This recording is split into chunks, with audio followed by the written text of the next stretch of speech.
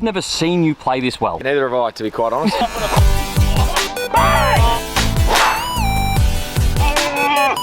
Put your phones away!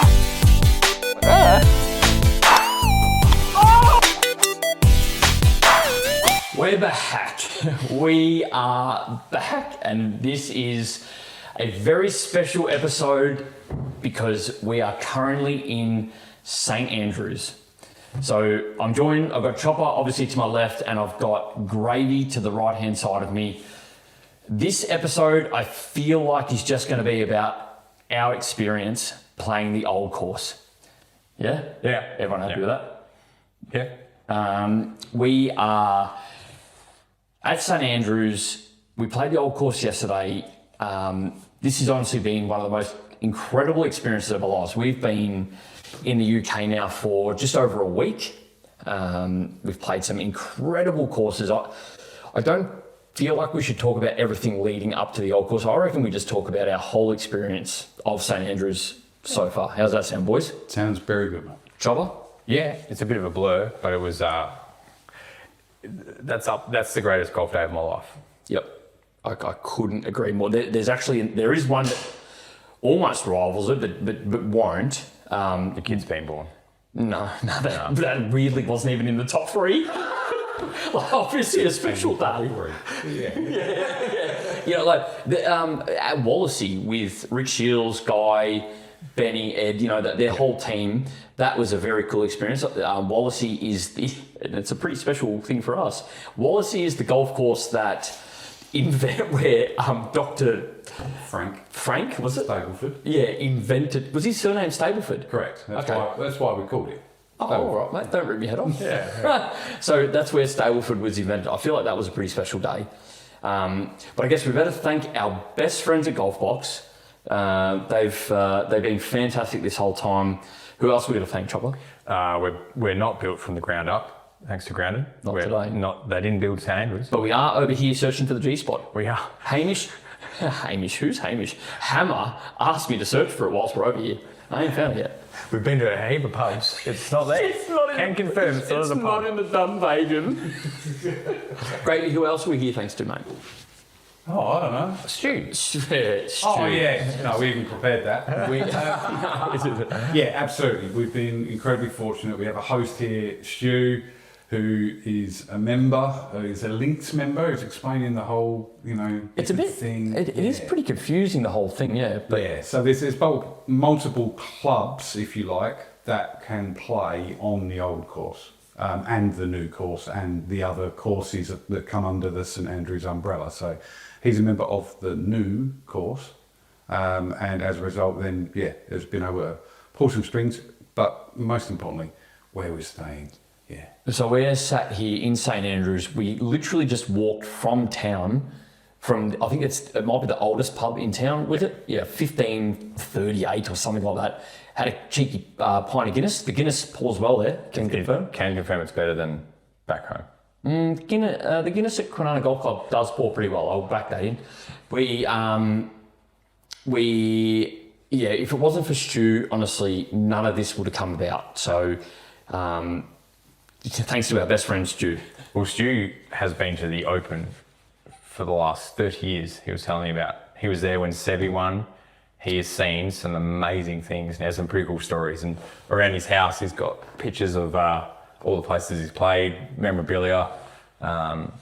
He knows everything there is to know about Scotland. So it's been pretty cool to sit here and learn a bit about golf, where it all started. When it comes to proper golf nuffies, he is it. Yeah. He knows everything. He's a proper traditionalist, and I love it. Yeah. I think let's get into us playing the old course. So today is Sunday, and we played it yesterday which was a Saturday, and we got a dark time. So Chopper, explain that. So basically, you ballot, so you put your name down, I think on the website, to ballot, you get chosen to play. And by you mean Stu. No, sorry. Oh, this is like punters. Oh, punters can do that. On a Saturday, punters can put in a ballot, and they might be lucky enough to get a time, but then the last 7 groups of the day are for the members of the links. Okay. Which that's what Stu put us into. Yes. And we were lucky enough to get the tea time at 5:10. Stu was actually saying, which is pretty cool, if you ever want to come to St Andrews, you've got to remember that the course is closed on Sunday. So don't come on a Friday because you're going to lose Sunday as an opportunity. He said the best chance of playing the old course is to get here Monday and just try and ballot for the next 5 days and then hope you get pulled out. So, and you have to do it because it is the greatest experience I'll have on a golf course. So we stood there yesterday at about 5 o'clock, probably even just before. We walked with our golf clubs down the street, and all of a sudden we're looking over 18 green as we come down from the Dunvegan area. Then you've got the first tee box, and weirdly, like so weirdly, Dan Grieve is standing behind the first tee. Like, of all people, of all times in the world, right there on the first tee box, Dan Grieve. So if you don't know who Dan Grieve is, he's a world-renowned short game expert. I told him that I chipped one-handed, and he just sort of like chuckled into his chest because you were trying to set up I had contacted him to get you a golf lesson, but the only day he's available and he was willing to do is the day we're on a plane coming home. So. Yeah. So anyway, we've seen Dan Grieve. But we sat there, we watched the group in front of us tee off, and then we walk out onto the first, and the first thing we do is toss balls up. Definitely. We got to dictate who the teams are, and the teams got decided. So me and Chopper were together, and Gravox and Stu were together. And then I think it was just very fitting that Chopper was the first to tee off. Mate, tell us how that felt. Well, first of all, remember when we drove past the golf course when you first drive in and you just sort of quickly look left and you see it, and Yep. I think all of us just butterflies straight away, not realising that's how it's going to look. But we sat there and had a beer looking over the 18th before we teed off, and we were all packing it. Yes. Thinking, do not hit this out of bounds. So, there's not enough room right. I didn't realise how close right. Like there's heaps of room left, but if you little cheeky cut, see you later. And you hit fades here in the UK. I've got the equator. So I just grabbed a 4-iron and I aimed at the bridge, which is what Stu told me to do, and I hit it straight down the guts. And I wasn't nervous. I was saying to Stu, like I wasn't nervous. I was just so excited that we were getting the chance to do this. And yeah, hit a fairway, and I was very happy. And it's probably the only time in my golfing life that I've wanted everyone in the group to hit a good tee shot on the first. So I've pulled up second. No, well, I think technically Stu teed off first, didn't he? Sorry, he just because we couldn't move. No, so. we were stiff as. So what did you hit off the first? 4-iron. You hit 4-iron. I thought I need the biggest face in that bag possible, and I'm going to take driver. I was overthinking it so much. I wanted to know what distance I was going to have in. I actually wanted to go with 5-iron, but I was so nervous, so I was like, I'll go driver. I'm glad I did, and I hit one of the best drives I've ever hit in my life. Yeah. Dead straight, did not come off the curve of straight, all the way down there, and then I think I had about. I think about 131 into the flag, but it was a breezing. But I hit the fairway on one, which is a massive achievement, even though it's the biggest fairway in the world. Yeah. Gravox. And so then, everyone was on the fairway. Yeah, you got stitched up there. However, everyone was on the fairway because of a curious rule about St Andrews. So Stu hit his shot, and it actually ended up almost out of bounds. Yeah. I think. Yeah, and I think he might have been out of bounds, but what happens is if anyone sees a ball down there, they throw it back in. Yeah. And, you can't ask for it, obviously, under the rules of golf. But if that happens, someone just picks your ball up and throws it back on, then, you Big carry on fan from of there. that. That is one of the great rules. Yeah. And actually seeing that almost settled me down a little bit. But up to that point, yeah, man, I was very nervous. Like you said about seeing Dan Grieve, I was like, yeah, we're in a simulation here. Like, this is bizarre. Like, and everything that got up to that point. Yeah, I then watched everyone pretty much hit this fairway, and I'm like, I am going nowhere near that right hand side at all. And I went with you, like you, biggest club in the bag, biggest face. I need to make contact. And I just tried to channel the smoothest swing of my life with the softest hands and stuff like that, and aimed at the Swilking Bridge as well, and then still pulled it off of that. So it went a long way left, but there's so much room over there. Like you said, like right, no good, but left like loads of room. In fact, that was the mantra that Stu told us before about the entire course. Basically, was it right? Can I swear? Yeah. Right is shite, left's all right, and that's the whole way round. You know, because it's an out and back links, right? So yeah, I was entirely thankful to that was on short grass by the end of it stopped rolling. I was incredibly nervous for you too, mainly because you had driver, but I know that Joel gets the back foot pop out to the right, and I know that Gravy can snipe it quicker than bloody Roger Federer. So I was praying. I was more nervous. All I wanted to do was just get it up in the air. I was worried that I was going to chunk it. You know, I've known to top a driver in my life. Sometimes I've hit him backwards a couple of times. You know, all I wanted to do was just make contact with the face and just get it to go forward. I don't care if it was a slice or a hook. If it happened to go OB right, so be it. I just wanted to get it up in the air and not make an absolute fool of myself. But anyway, we're off the first tee, the nerves, and we're walking down. I'll be honest, there was tears in my eyes as we're walking down one, sitting there going, we've done this. We've finally done this. It was something that I never thought we'd ever achieve, ever really. You know, like even 3 weeks ago, I didn't think it was possible. No. But run us through your round of it, Chop.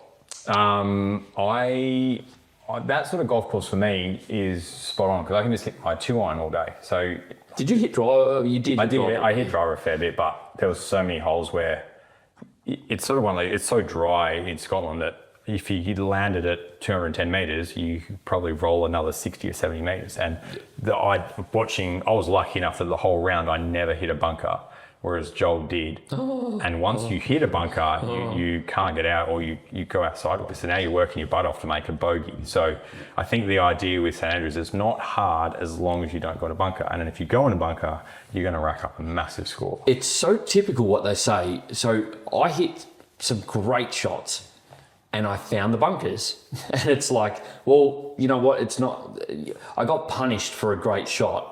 There's a minefield down there somewhere, and you just hope that you miss it. On your day, it's your day. When it's not, it was somewhat not my day. But I don't know how to get a bunker, so I was always doomed from the get-go. But yeah, once we sort of passed sort of 3 or 4 holes, I'd settled down. Then we got to the turn. Gravox shouted a round of Tennants. They're big, they're long necks. Great beer though. Basically, yeah. But I mean, they don't so much have the problem with beer going like warmy. Yeah. So, because by the time we teed off at 5:10 p.m. Yeah. By the time we'd gotten to probably about the 13th hole, it started getting overcast. Well, it was overcast the whole round, but it was really overcast, and that sun started to disappear, and it was nippy. It was actually quite, and especially when you're out there, sort of you've gone out and you're starting to make your way back in. The breeze going across was like really cold. We just seem to always have like a cross breeze. I think maybe down one it was dead straight, but then the course kind of curves a little bit. So you always had a little bit of a cross breeze. Yeah. And that made it more challenging. But you're saying about the bunkers, the thing that really surprised me, and just I'll never ever get rid of it, the little pouch that you get given, at the start with a stroke saver in there and your scorecard and a bag tag that you can personalise and stuff like that. The thing, once I looked in there, was how small the bunkers are on that stroke saver. Yeah. Absolutely tiny. And a lot of the time you can't see them, like you absolutely cannot see them. But it's the effective area of them, and I think that's what you found a lot, is you hit shots into areas where they ran into bunkers. So for the first time in my life, I hit backwards on a fairway out of a bunker. I had to go backwards because I tried to go forwards the first time and it didn't work. So I went backwards. So I think I initially had, say, 90 metres in, and then I had to hit it back, and I had 120 in. So it's like far out, like it's so punishing. But then you stuck that to about 10 foot. Yeah, and then missed the putt, but doesn't matter. So we get there. Everybody talks about that. The only important holes at St Andrews are kind of like 1, 17, and 18. You know, and I understand what they're saying, but I really tried to soak it in the whole time and appreciate what was going on out there. And I feel like I can pretty much remember everything about it. You know, I remember my shots, I remember my putts, I remember the numerous bunker shots, I remember my tee shots, I remember the holes. Yep. I think I could almost run you through every part. The part of the old course that really surprised me is you stand on that tee box and you have no idea where to go. You're looking at what do you call them? Stroke saver. Stroke saver. Is that the name It's of the it? company that make them. Oh, really? So it's like a course map. Yeah. Yeah, like the pros have, they pull it out. Yardage book. That's probably Yardage book. Yeah, that's what it was for. But so you look at it and you go, okay, cool, that's that. And you look up and it's like, oh, there's that shrub. What are they called? Gorse. Gorse. So not course with a G. It's like a really thick bush.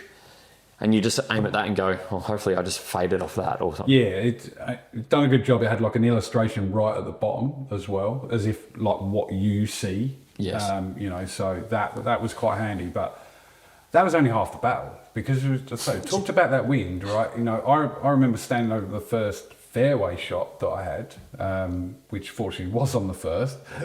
And just before I hit it, Stu said, it's probably a 3-club wind. And I'm like, what? I didn't feel it. He's like, yeah, once that gets up there, like you don't feel as much of it down here, but yeah, once that gets up, like that will stop it. And so I went from, I'd gone up 1, I think, you know, like club. I went from hitting an 8 to a 6, and then I only just got over the burn onto, because it hit the wind and then came down. And I thought it was going to that putting green, the Himalayas, was it? The putting green that was on the right hand side. 10,000 people. So many people there. And I really didn't want to have to shout. So next to the first green on the, I assume that everyone knows the old course. Everyone knows. I didn't know There'll be much people that about don't. it. Even myself, it was one of those places I never thought I'd play, but I didn't. People have watched the Open. I didn't even know there was a putting green that people were. Well, that's what I'm about to say. So everyone would know the first hole, right? Big thing. There's a burn that goes through there, a little creek. But right next to on the right-hand side of the green of 1, it's called the Himalayas putting, and it is like the most undulating 18-hole putting surface. Yeah. So there's 18 holes of a putting surface, and there's families, there's kids, there's dogs, there's people walking around in thongs. Like, it's a really relaxed, but apparently it's busy from sunrise to sunset. It is flat out the whole time. And that is right in Shank territory. Oh my God. Like, it probably gets a little bit dangerous. But anyway, it's a beautiful setup there. What was your favourite shot of the day? Give me one shot. Give me 2 shots, sorry. Give me 2. Favourite shot? Oh, I think hitting the green on 17 in front of the Jiggers pub. Yes. I hit it to like... You got claps. Yeah, I got like 12 foot away and I was in front of the pub and they were all like watching and asked me where I was aiming and don't go long, and then I hit it to 15 foot and I got a couple of claps. That was pretty cool. And that was a hole that I was very interested to see, because on TV it's like you've seen them up against the back wall and it looks so thin, and it's obviously where Cam Smith makes that up and down with his putter, and then you go and play it and you're thinking, God, that's so thin, and how do you land it? If you don't have like a pitching wedge in your hand, it's pretty hard to stop it. So I would say I enjoyed that shot and probably just hitting the tee shot on 18, because then that 18th tee box, the hotel and everything is very, very close on the right hand side, and I had a good score going, so it was just please keep it in play. But yeah, I've never been in a place where everyone is like, even in our group, how I was saying we're encouraging everyone, and then everyone watching wants you to play well. You putt on 18, they want you to make it. They're kicking your ball out. There's people walking down the street, so on the road hole that you're talking about. So you got claps from people at the Jigger Inn, and then you got people clapping from literally people walking down the road on the road hole at the back of 17. People just walking by, probably just been to the pub, walking home. They see someone hit a green from who knows, and just, there you go, give a little clap. They actually stiffed it. It was pretty close. Yeah, it's very cool. But I shot I ended up shooting even par, which I've probably seen on socials. But I think you need to express that a little bit better. I shot even par at the old course, and I didn't say anything to you two because everyone was just like, you're just trying to survive and get through it. And when I've got through 17, I was standing on 18 and I hit the tee shot, and then I said to you, if I birdie the last, I break par. Yeah. And you didn't know. I had no was idea. just like dead quiet. To be honest, mate, the way you played, I thought you shot 15 over. Grady, what are your two favourite shots? Weirdly, the par 3, 11th, the tee shot on there, because when we stood on that, it was like, for me, it was a 5 iron. It was like... Did you hit 5? I hit 5. That's why my 6 iron come up short. Yeah. But I don't think I made a better connection on the ball at all that day, and it just went exactly as I saw. A little fade, landed just past the pin, ran on a little bit, but then still made the 3 with this big swinging putt, which I was very happy about. And at that point, I was going pretty well. Grady was on track for 50 points after 3 holes. You were playing really well. Also, hold on. So the 11th hole is probably just about when you had finished that long neck of tenants. Pretty much. So I got it at the 10th. Hit a scungy like driver on 10, but I got to the point where the nervousness had almost worn off, and I just needed something else to take over because I started getting a little bit loose.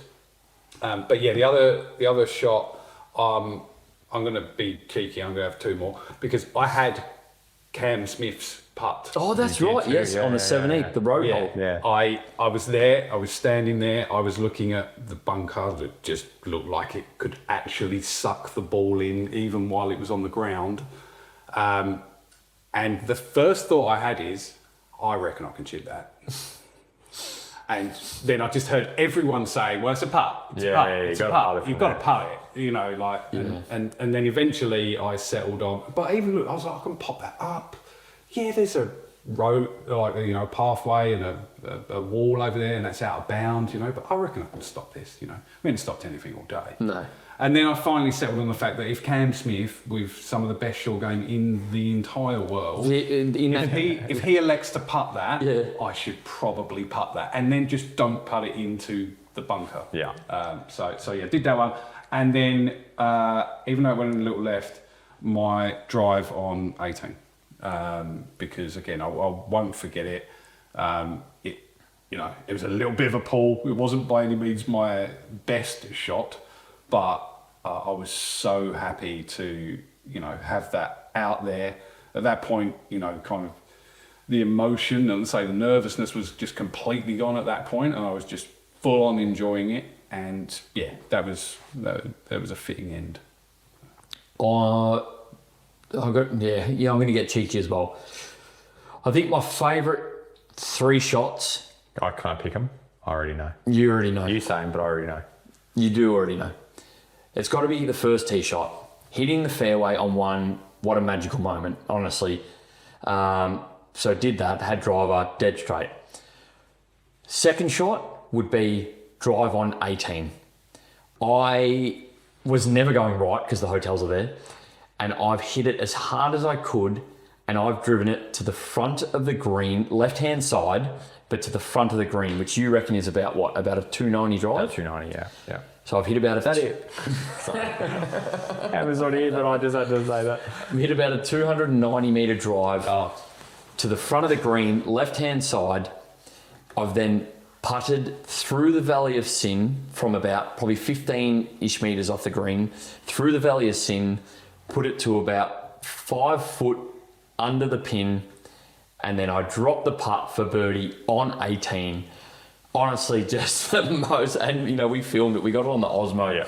Maybe I'll send this to Sed now, and he can chuck it in. But I dropped the putt on 18, and people just walking by, clapping. Yeah. People, honestly, there's no better feeling. This is to birdie the 18th.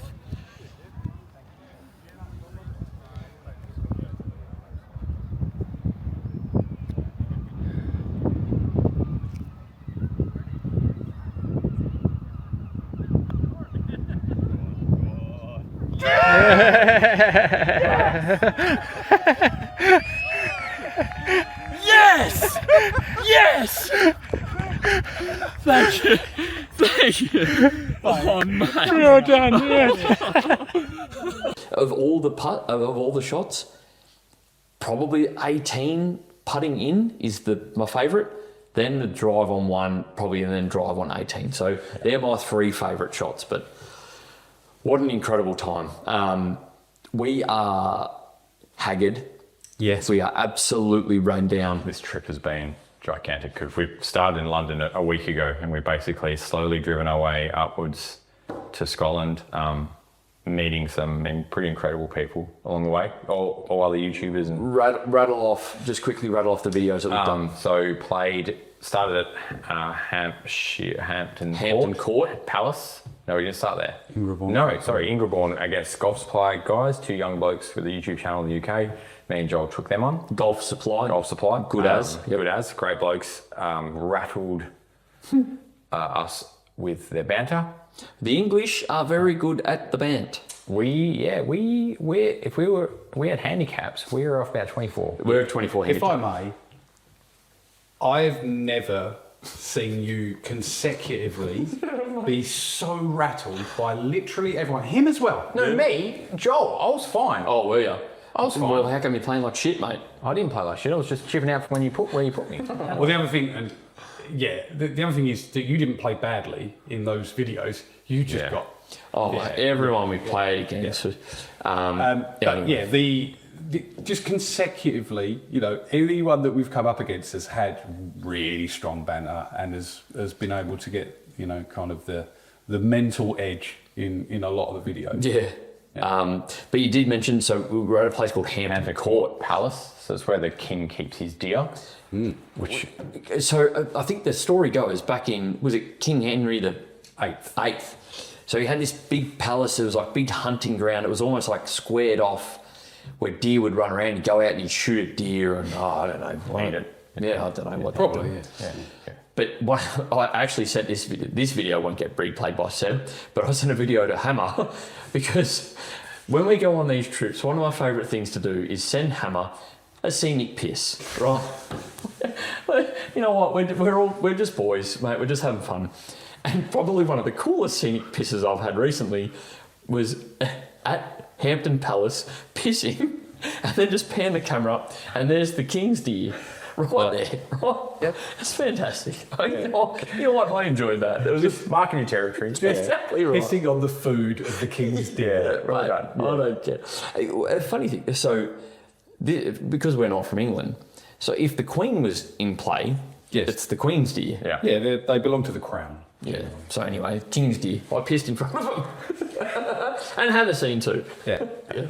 This week's Ron's hot take, thanks to Füll Plus, is the quality of service you get over in the UK exceeds Australia tenfold. And now, let me explain myself. Everyone's been to a pro shop and you walk in the front door, there's someone behind the counter who looks like they don't want to be there, they don't want to talk to you, they just want to take your money and get you out the door. We've all had it on the phone. It is not the case in the UK. Every golf course we've been to, we've been met at the front door with someone who will grab your bag. We walk into the pro shop, the bar staff are happy to see you. They're happy to serve you a beer. You get to the tee, there's a starter there. It gives you a goodie bag, explains the holes, a couple of holes you need to aim right, aim left, full explanation. Goodie bags full of tees, your scorecard, a course guide. When you come in, there's someone there to ask you how you went. You just can't beat that. You're probably paying a bit more, yes, but I feel like in Australia, they need to level up just a little bit. Just say, hey, how you going? I reckon. Hey, come on in, have a game. I hope you play well. That's my hot take. So from there, from Hampton Court Palace, which is an incredible golf course with, I guess, 2 fairways they have retick. The rest, they just look after the greens. Yep. And tee boxes. Because England is going through an actual heat wave. Like 31 degrees the other day.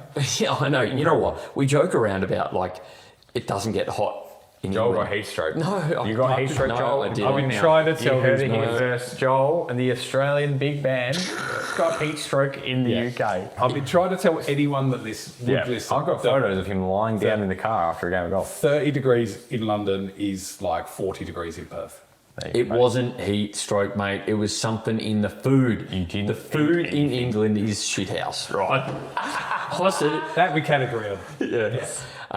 But yeah, so Do a good chicken. don't. Oh, I just want to very quickly. We're filming everything behind the scenes, right? So we're filming all the main videos of what we've done, but we are filming behind the scenes of all of this, which is just a deep dive into. Like I said before, we're knackered. We have put some hard yards in, and I know just on camera or even on the stories we put up, it always just looks like we're on the piss playing golf. And we are. Yeah, we are. But they are long days. Like, for instance, yesterday we got up at 6:30 and we didn't get to bed, and you were in bed about 12:30. I dozed off about 1. But we didn't get back home until about 11:30. Yeah. Late nights. Yeah, we didn't really talk about that in the lead up to it, but yeah, it's not like we've been in St Andrews for a couple of days and then had the run up to this. No, we drove from 4 hours. Kendal, in the Lake District, Yeah. left at like 10 o'clock, 10:30 that morning to get up there, and having that first experience driving through Scotland and stuff like that. And I'd never been to Scotland, lived in England for 28 years, never been to Scotland. So that was pretty cool. So it was just so much to take in. Like, it was such a long, demanding day, and that followed 2 days where all of us had walked 27 holes. Yeah. Either carrying a bag or a camera, doing probably close to 50 Ks of walking, something like that. The first day when we were in London playing tourist, we walked 20 Ks and probably had 20 pints as well. So it was a pint a K. That's pretty good going. So good average. Hampton Court. What else did we do? We filmed with Matt Fryer. He's a good We've done bloke. before that. Oh, what was before that? We have Fox Hills in Surrey. Oh yeah, with that's Tubes, probably- Ange and Jimmy Bullard. Probably the nicest entire facility that I think we went to. Fox Hill is one of the members is Ryan Fox.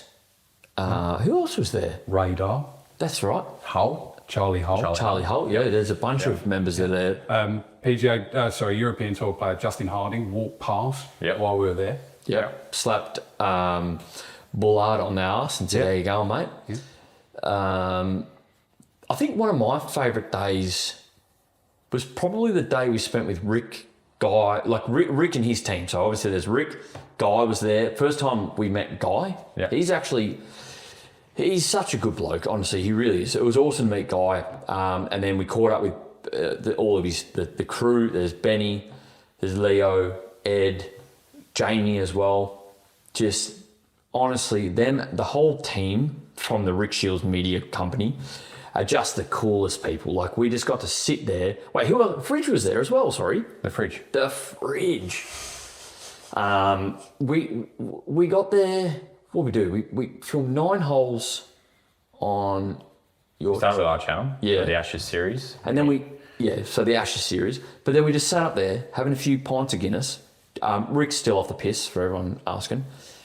And then we just sat there, chilling, just talking shit. That 18th green there, and Wallasey generally was just incredibly beautiful. Yep. Like, just brilliant. But yeah, sat there, cup of Guinness on the balcony overlooking the 18th, sun going down.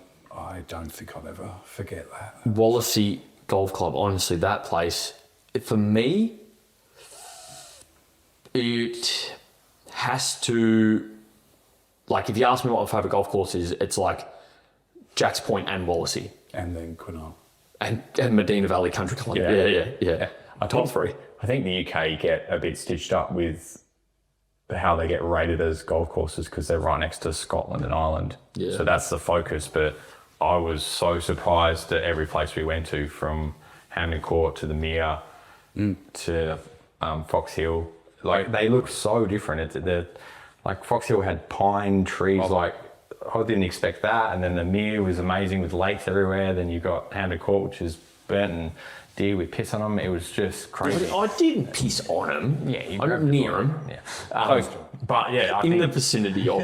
Yeah. the UK is a destination to come and play golf. But it's just the weather. Like when we got so lucky with, Incredibly. apart from getting heat stroke on that 23-degree day, it was been pretty good. I've lost the ability to take the piss out of you on that. Yeah, I know. Don't you even start, mate. Get on, Rick. I've struggled today. We played a social round at the castle this morning, and I think that combined with the last few days and stuff like that, I couldn't even stomach a Guinness. So I had to have a little sleep this afternoon. You had a little funny turn. You literally had a nana nap. We had to call you a taxi. 5 hours. So we. That's also there's a sleep. Yeah. It should be tomorrow. It's not. We. Good news is I feel better now, ugh to come and do this. Oh, thanks for your time, mate. Yeah, thank you for tuning in. Just doing it for the wait, hold on. I just need to get this in quickly. Gravy slept through his alarm on the day that we were meant to. Yeah, no, we are mentioning it. The punters can know about Okay, all right. There's something else we're mentioning then. Yeah, keep going. I don't think so. We all agreed that at 15 minutes past 3 in the morning, we would all message the group chat and say, I'm awake, because we're about to catch a flight of our lifetime. 3:15, we all message me and Chopper, awake. Gravy, not reads. What's going on here? 20 past, message, Gravy, are you awake? Doesn't read it. 25 past, Chopper's like, mate, he's not awake. I've tried calling him. His phone's not ringing. Anyway, long story short, Gravy had slept through 45 minutes of his alarm going off. I had, yes. And we thought he was going to miss the plane. Honestly, we were stressing hard. Long story short, he made it on the plane. He's here. I did. So thanks for showing up, mate. No way. It's And really you know nice. what? Good to see. We did. Very good. We were. No, I can give myself a clap. I'll give myself a clap because I have excuses, but no one wants to hear them. All right. No, we don't. But No. what was most important is we did make it onto the plane, Yes. despite one of us not realising that they needed a visa to travel to the UK. Well, I haven't that got person British. I was haven't you. got. I haven't got British citizenship like you do, mate. How was I meant to know? I don't know, like research. into travel. Well, yeah, we don't do research on this podcast, Gravy. You should know that. So we then still had time to have kittens all over again while waiting for your visa to be approved. Yeah, so anyone travelling to the UK, do the visa online. Don't wait until you're checking in at the airport, because I've done my visa. You download an app, you do it all, and then I get an email confirmation saying, hey, we've received your application. It will take up to 3 business days to receive. So we were... And it was a Friday. Yeah, it was Friday, and we were proper stressing. Anyway, 3 minutes later it came through, so it was all good. So I made it as well, so well done, Joe. I made it, yeah. I didn't make any mistakes. No? No, I'm not I'll going just cut myself. Well done, mate. Oh, apart from driving through roundabouts. No. Thanks for watching, everyone. We I think you'll hear more about that if you ever watch the BTS of this trip. Yeah, Chopper. All he had to do was turn right. Drives through a roundabout, over the top of it, cuts 2 ladies off. They're beeping at us. You know what it's the equivalent of? What? Like you're standing over a 60-metre pitch. Right? Yeah. He's standing over a 60-metre pitch. He knows what he wants to do. He's got the speed. He knows where the club path is, stuff like that. Top of his backswing, he's decided, no, I'm going to hit this as hard as I can, but also 3 lanes over there. And with a 3-wood. Yeah. Bang! Yeah. Straight across, 2 lanes of traffic. Joel's in the front. Scream. Yeah. Well, if anyone who's driven in the UK will know that your roundabouts are horrendous with Some of them are. Yeah. 3-4 lanes that if you want to go, you have to start in the inside, and as you're going, you have to slowly cut in front of everyone to get across. You do love a wacky roundabout, that's for sure. I didn't know that. I just went, I turn left now, and hey, we're here. Just. Yeah. Yeah, we all got it. Yeah. Yeah. I ran through a red light. You cut a lorry up. I've done anything wrong. roundabout. I've done it. We're lucky to be here. Really. This trip, we're still, filming wise, we haven't even started. We've still got a full week in Scotland. So tomorrow's Dunbarney, then we're doing a chopper major where we're going to use Hickory golf clubs, which is going to be very interesting. We've had a couple of tips on what you do with Hickory golf clubs, but we don't listen. Is it fair to say that they don't exactly lean towards the previous chopper major champion? those Yeah, tips. I know, but I'm not saying anything because 2-time Chocolate Major Two-time, champion. yeah. So I beg your pardon. we're going to be filming that with apparently slow, smooth swings on a hickory golf course, which is going to be awesome. And then I get to play the old course again and film it, which I'm already nervous about right now. Now you've seen it. Yes. First of all, like that was such a great idea. Like To play it. not that it was fully in our control, but the way it's panned out, Yeah. I think you've now seen it. Yeah. And even though you'll stand on a lot of tee boxes and will still not have a clue where to hit it, you've at least done that and you know what to avoid. How confident are you in replicating the same score? Honestly, if I don't hit a bunker, I think that's the only defense it had. Like, it depends what the wind's like. But You had a double as well, though. Like, I don't know that you can have a double, but you had a double out of nowhere. yeah. It was a silly double. So even if you go in a bunker, I think you've still got a few shots to play with. I think you'll be able to birdie a fair few holes. I think you just go, don't be silly, come out. Yeah. Yeah. And then I'll have a caddy from St Andrews, so someone who can actually help me. Which, reading greens and stuff, I can't wait for someone to go, this goes from left to right, you ain't there. That could save me 6 Could shots. be 67. Yeah, it could save me so many shots. So we've got that on, and then we head to Aberdeen to play Trump Aberdeen, which I've seen photos of, and Joel hasn't seen much of it, and I don't recommend you look, because when you get there, it's going to be, from what I've heard, is just ridiculous. So yeah, it's and then we drive all the way back from Aberdeen, straight through the roundabout, all the way to Gatwick Airport. So I think that's about a 10-ish hour drive. Yeah, maybe so more. If we get back to here, it's 10 hours. Oh, I so think we're it's a couple looking- of hours up the road. So. We're looking at a 12-hour drive come Thursday or whatever it is. But you know what? I'm looking forward to it because the countryside over here is beautiful. It's actually really nice just to look around as you're driving. I've really enjoyed it. This has been a great trip. It's really really the best one we ever do, regardless of what happens from here to Yeah, the end. yeah. This I is think, the best yeah. trip we've ever done. it really has opened my eyes. I've enjoyed it a lot over here. But have we Well, we haven't covered what we all shot. We talked about you. What? At the old course. We haven't finished rounds. You birdied the last. I birdied last. What did I shoot? Was it a 93 or something? Yeah. I had a 93 and I had a 10. So On a par 3. on a part, yeah, all right. Chucking the footage No, now. we won't be chucking We've footage got into two that. angles of that bunker, actually. That's Do you want right. to chuck in your footage? No. Yeah, no, I can see I'll it. chuck That's in fine. my footage. You chuck in yours. I don't reckon we do it, but I'm gladly wearing the moose ears because I had a 10. You know what? It's actually, all jokes aside, it's pretty cool, funny, I guess. It's so fitting that I would have a 10 at the old course on a par 3 because I'm stuck in a bunker. You know, like, And just to illustrate your point of how you can hit a good shot and get unlucky, you clipped the top of the bunker and dribbled down into it next to the face. Yeah. So it was 4 at best, no matter what. Yeah. Like, because you'd have to have come backwards to come out of it. Yeah. 4 would have been good. so I had a 93. What do you have, Gravox? I shot 85 off the stick. Which is, off your handicap, is a 38 pointer, 38 points. which is incredible. It really is. Because if you weren't coming in with form at all, none. no, Like, not below form. like you don't want to play golf anymore, Yeah. sort of form. Yeah, pretty much like it. And I parred the first, which was an amazing settler. Like hit the fairway, hit the green, just boring, golf. I did then have a double, but then I went on a good little streak after that as well. So, but yeah, I knew going down the last in my head that if I parred it, I was good. And much like yourself, I just didn't want to say it out loud. Yeah. And I had a birdie putt, left it so far short, was worried about the snake, and managed to drain that. So yeah, 38 points because of my handicap. But I was beaten on countback by Mr. Chopper. Which means I got the good bed. Yeah, so we had whoever scored the most stable for points got the solo room. Mr. Chopper won that, so well done, mate. I'm happy for you. Hold up. I think. I never win, man. What are you talking about? No, I never win. mate. Even worse is you hadn't, because we had you played off scratch, and then I was like, but what is your actual handicap? Because you have an actual handicap now. And then when we looked that up, you actually got 2. So I even screwed myself over with that. But you claimed more, because the course ratings in the UK are bizarre. Well, Like, way are they, harder. or are the Australian ones too lenient?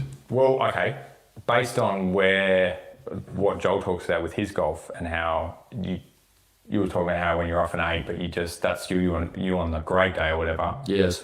It feels like you should be off 12, which would be more in line with the course ratings here. So Yes. I think at the Mere, a 0.0 handicap, and then you're off 4.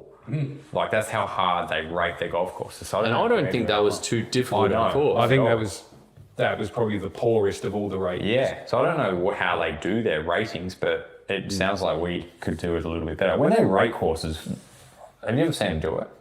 I haven't seen them do it, but I have a feeling I know roughly how it's It's done. standing on a tee box with a clipboard, and I think I'm going to get this wrong, but and happy to tell me if I have. But it's almost like a point system. So like dog legs, bunkers, hazards, out of bounds, Yeah. that sort of thing. I wish they would go out and play a course twice from the front and back, and then give a course rating. Because Or even take a stroke average. Like from the existing membership and stuff like that. All Yeah, that of course. competitions, like there's enough data there to. They all use that to set the stroke indexes. So they could certainly do that. And the other thing they're not allowed to consider at all is weather conditions. So they're not allowed, if it's somewhere where it literally blows all the time, they have to Cancel that. judge the course as if there was no wind whatsoever. Wow. That's hard too, because you could go to a golf course where the wind's turned off for that particular day, and that was its only defence, and now it's a snack. But Well, we played the Castle course today. That place, Castle. oh, mate, literally the local. Please, in the YouTube comments, No. castle. Bear in mind, the king lives in a castle, and he says it one of those ways. Yeah, I would say what the king says goes, jolly boy. Well, you know what? We're not in England. Not now, no. No, we're not. And a local here literally said it is called Castle. He likes to drink. The Castle course. He does. So you know what? Yes, I'm backing it in. It's the Castle course. Anyway, we played at the Castle course today. I can't hear it. And there was no wind. It was honestly like not even a breath. The watching just like It was. nothing. It was beautiful. So I think that's a huge part of the defence of that course. That and the million drop-offs and areas that you can lose balls. If the And wind, greens. The greens look by the way. Yeah, if the I was wind- watching. if the wind was blowing, then it's game over. And it would be remiss of us not to talk about your score there as well. We played match play and I smoked you. I was just going to give you the opportunity to sort of go at the fact that I you don't shot care. 85 No, I shot and that- shot your handicap. Yeah, I shot my handicap at the Castle course, but that's we didn't play stroke, mate. We played match play, and I wrote on the ball at the start of the day 4 up. I couldn't get it done, but I did you 3 and 2. So well done, jolly boy. Oh no. Oh no. I was almost dead, but yeah, genuinely concerned about just dying out there. We haven't. I don't think we've got any varsity stories. One because I haven't checked an email, looked at my phone, replied to a message in the last week, so I've got absolutely no idea of This might be like a one-off special. Now, you know what I reckon? Oh, okay. We'll make one up. I reckon we make one up. I reckon, all thanks to our best friends at Varsity, we get the punters, the swingers and the punters, to choose whose story was better of our selected shots. So your favourite, your tee shot into 17, my birdie putt. Wait. Not the. I think the day we had the ultimate experience. Because let's be honest, we all came out of that with memories we will have forever. Right? I've had 38 points. Right? You've birdied the 18th, and you birdied another hole as well. Okay, let's go for that. Okay, so the punters have to pick between 3 stories. Chopper shooting even par at the old course, me birdieing the 18th, or Gravy having 38 points at the old course. There you go. There you go. There are 3. And I reckon what we'll do is we'll just go through after. I say we. It's probably going to be Seb. Thanks very much, Seb. Thanks very much. You bloody legend. He's going to go through and just simply write Joel, Chops, or Gravy. Seb will go on through and pick one of yours, and you'll win a $100 gift voucher to Varsity. Cool. Very good. I think we're going to wrap that up. To be Are we honest, going to go to the old course right now and do drone footage? I think we're going to go to the old course right now and do drone footage. What are the sentences to say? Like literally, so we are a 3-minute drive out of town, and we're just going to go to the old course right now, put the drone up, and get drone footage. Oh, and we're going to make sure that the Jigger has a beer. They have beer there because we weren't sure. We were want wondering. We're seeing if the Jigger do beer. I wasn't sure. I'm back up to about 63%, but I mean, maybe I'll try one. So if anyone that doesn't know what the Jigger in is, there's several really famous pubs here at St Andrews. There's the Dunvegan, which is just sort of up the road from the 18th. Which every celebrity has basically got a photo in that place. Well, the Dunvegan is the one where, I always forget his name, Crow? What's it? Harrison Crow hit a shot from the Dunvegan right at the front. Everyone's probably seen that shot onto the 18th. Yeah. So that's the Dunvegan. But the Jigger Inn is a pub that's just up on the road hole, and it's literally, if you're on 17 hitting into the 17th green, you hit over or near over the Jigger Inn. Or into them. Yeah, or into. They have case, yes. Yeah, I like did. Gravy I hit did into that. the Jigger Inn. So they've got shelter up, like a big old shade to stop the balls from coming into the Jigger Inn. So I think they might have ran out of beer. I reckon we go and check and see if We're going to go check because that'd be terrible. We'll go check. We'll go check. I mean, so. Do you want? Yeah. Gravy doesn't all have one. If you want, Yeah, we're all having one. So, but anyway, massive thanks to Varsity. A huge thanks to our best friends at Golf Box. Who got us here? They got us. They helped us with Wilson, who got us to the UK. So thank you very much. Huge thanks to them. Big thanks to your best mate, YHB Group. Yep, he's also he was a massive reason we got here actually. Huge reason. Yeah, still can't swing it very well, but he can get us to the UK. Big fella. Our bestest friend, Stu, who are lucky enough to help us out, get all this done here in St Andrews. Honestly, just you literally can't stress that enough. None of this would have happened if it wasn't for him. So massive thanks to everybody that's helped us out. And I think we're all a bit knackered. I think we'll perp up when we have a bit of Guinness in our bellies. And a drone looking at the old course. Oh, I can't wait. It's going to look terrible. Anyway, we'll literally go and do that right now. Thanks very much, everybody. Uru. Uru. On you, Gravy.